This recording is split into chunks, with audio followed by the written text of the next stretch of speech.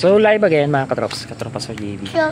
Nais ko lang pong linawin po na sabi ng iba mayaman na daw po ako sa akin pong pagbablog. Hindi po mga katrops, kasi kung mayaman na po ako o kumikita po ako ay makikita nyo naman po sa social media. Puro pwede po i-live, pwede ano, hindi ko naman po secretoy nyo.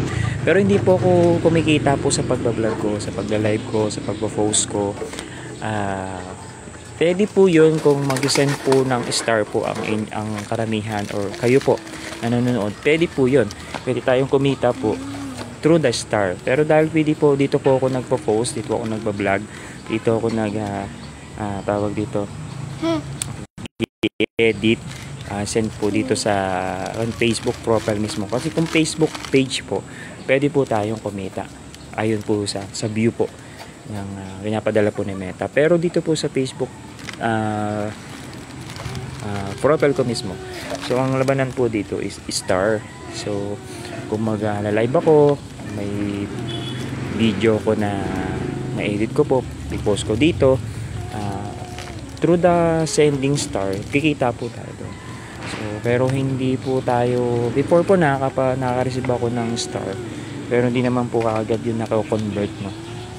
Inawin ko lang po, no, hindi po tayo kumikita rito sa pagbablog. This is ano po, kaya po naging habit po sa akin.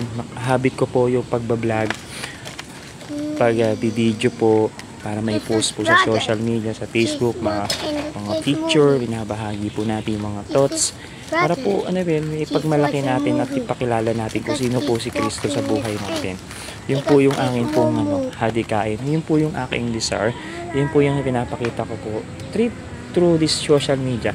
Pwede po natin magamit na ibahagi ko sino si Jesus. Yung maging inspirasyon, yung makakarinig, yung makakita.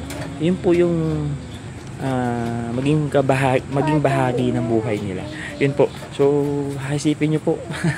Kasi pag dahil ko naalala ko tuloy, sabi ng isang follower natin, uy, mayaman ka na, yung mayaman ka na.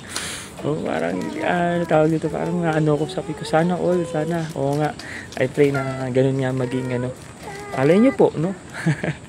Pamagitan ng ganun, pray po natin na yumaman po tayo, kumita po tayo sa pagbablog po, sa pagbibideo. Tawag ka, dali. So yun po, yun lang po yung ko, nais ko lang po linawin na hindi tayo kumikita sa ating pong pagla-live, sa ating pong pag-video, post. Hindi po, talaga pong habit ko po ito makapag-share sa inyo. At sinisingi, alam mo yun, talagang nagiging ko na siya, way of ko na siya, tawag dito, sa pamagitan ng ganito, na pagla-live. Tapos pag pupost sa mga video, saan tayo pupunta, ano yung ginagawa natin, yun po yung ginagawa. Hindi para ipagmalaki kung sino ko o ipakita kung sino ko, hindi po. Sama na yun, bonus na lang po yun. Pero gusto ko po kita dito maging inspirasyon po sa ibang tao, sa mga kapwa nating mananampalataya. Yun po yung aking pong kaya po ako po yung nagla-live, kaya po ako video, post ang videos, post ang mga pictures, yun po. So hindi po tayo mayaman po sa agad to po. Yun po yung linilinaw ko lang po sa karamihan po ng mga followers ko. At least alam nyo lang din po na nila, wala, mayaman na yata si Katropa Pastor JV. Hindi po.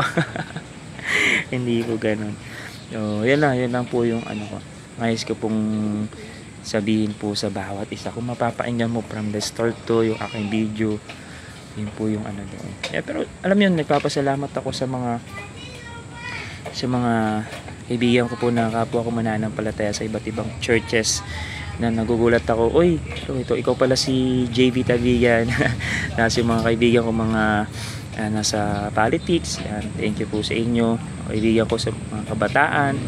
Nagugulat ako na nababati niyo ako, proud ako kasi mas magkakaroon pa ako ng nabuboost yung confidence ko pa na kapag video, kapag post pictures and videos dito po sa social media.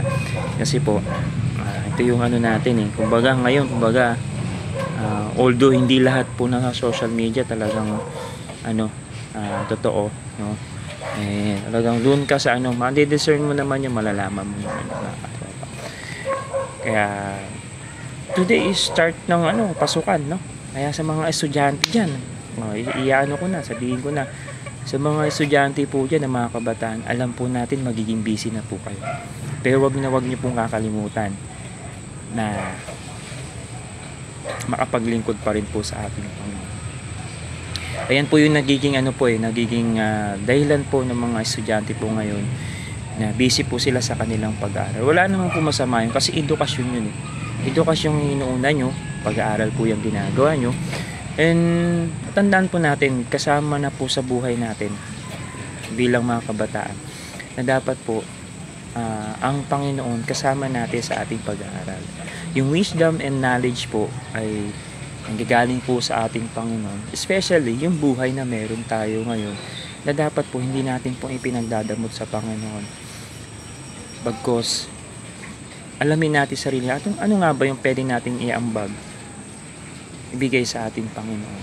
Maraming bagay, no, na pwede mong ibigay sa Panginoon. Yung buhay mo, effort mo, yung time mo, yung panahon mo, yung pera mo, kung anong meron ka, pagkakalob mo sa Panginoon. Kasi ang Panginoon hanggang ngayon po, gumagawa po siya yung plano niya sa buhay ng bawat isa.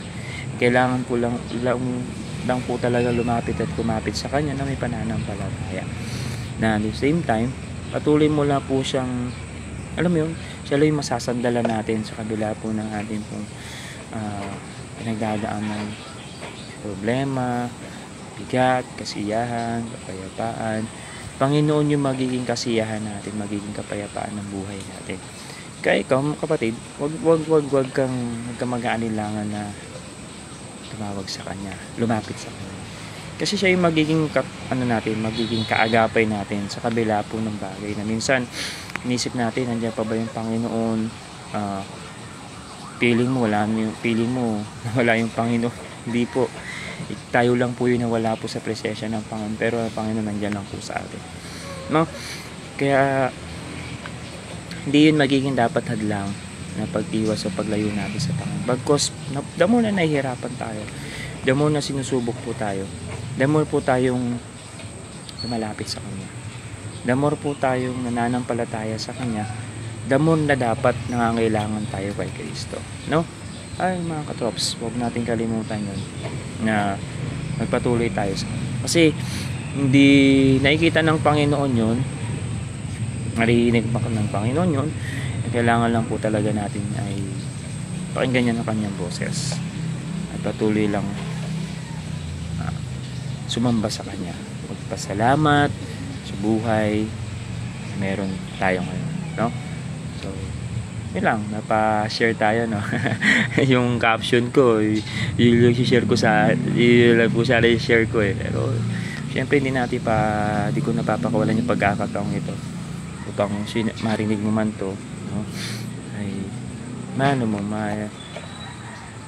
mapag-aalala mo, papag-isipan mo, ito yun po talaga yun, kasi na-experience ko po talaga. Yun lang po yung nais kong ibahagi po sa inyo, mga props. I pray na bless ka sa sinabi ko, na i-share ko. Ito nga, may may nais nga akong i-request sa inyo.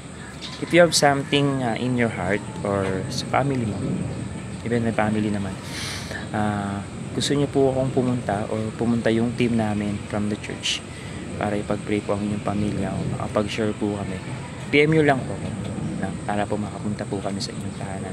Sabihin nyo lang po sa kayong black family po. Ito po is not about religion ang usapin nito. It's talk about relationship with the Lord na meron po talaga tayo. Every night po meron po tayong Bible study, meron tayong visitation and prayer time sa mga family. Gusto niyo po maging part po na, sabihan niyo lang po, i-PM niyo po ako directly para po natin pag-usapan natin. Wala pong wala pong kapalit yun. Free po yun, kami po yung pupunta sa inyo para para po makapagkwentuhan po tayo. Yun lang mga kapatid. Pray na puwi ng Lord ng puso mo. Kasi sa mundong ito, kailangan talaga natin ng Panginoon. Lalo na sa mga nangyayari po sa mundong ito. So, muli ay palagi po kayo ng Panginoon, patuloy po kayo mag-iingat. Abay po.